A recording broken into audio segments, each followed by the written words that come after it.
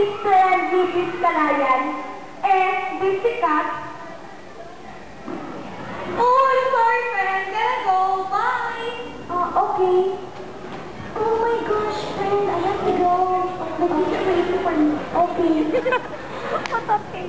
Pero, paano nga kaya kung maging doktora ko? Uy, Irma! Irma! Dok, may pasyente sa ER. May batang kasalisaan. Dok, ready na po ang OR. Teka! I only have one body. Ito gawin natin, ha? Dok, tulungan po anak ako. Ay! Ay! Ayoko! Takot ako sa dugo! Ano kaya kung tularan ko na lang ang aking ama? Abogado.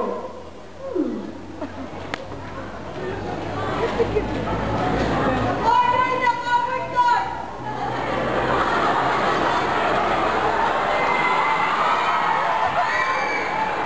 Testigo! Sana naganapan kami! Nasa Melvin po ako, nasa shopping. Hindi!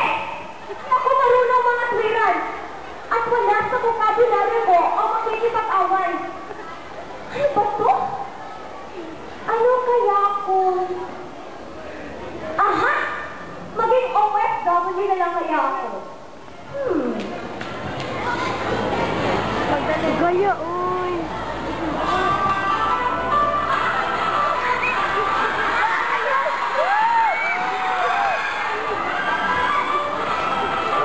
Ang lamig-lamig naman pala dito. Saka nakakalungkot pa. Namilis ko na tuloy yung mga anak ko.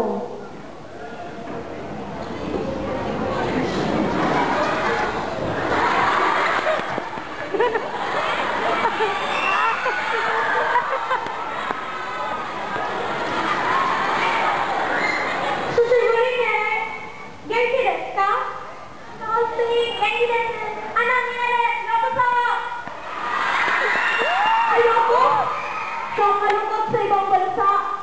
Ang talagang gusto ko, yung tunog, respetado.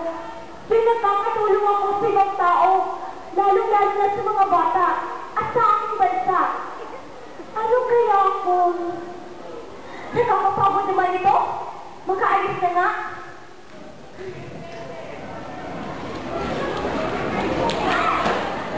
Sorry po, ma'am. Okay lang. Sige ha, may klase pa kasi ako, kailangan ko na mauna. Sige po, patawad po ulit. Ano kaya kung... Sige na! Sige na, long girl! Long girl!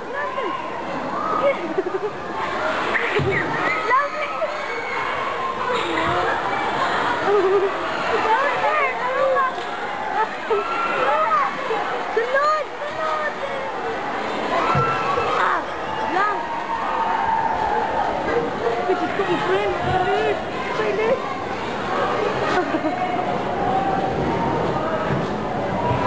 Good afternoon, Dad. Good afternoon, Miss Silan. Okay, Dad. Diba? Hi, salamat. Natupad ko na rin ang pangarap ko. Ayan. Naliwanagan na ba kayo? Sa pagpili ng ating kurso ay dapat tayo magpakatotoo. Dahil para maging compatible tayo sa taong gusto natin o hindi naman kaya dahil sa peer pressure. Lalo na dito na kung ano man ang magiging social natin ngayon ay magiging tayo ang dinaranan.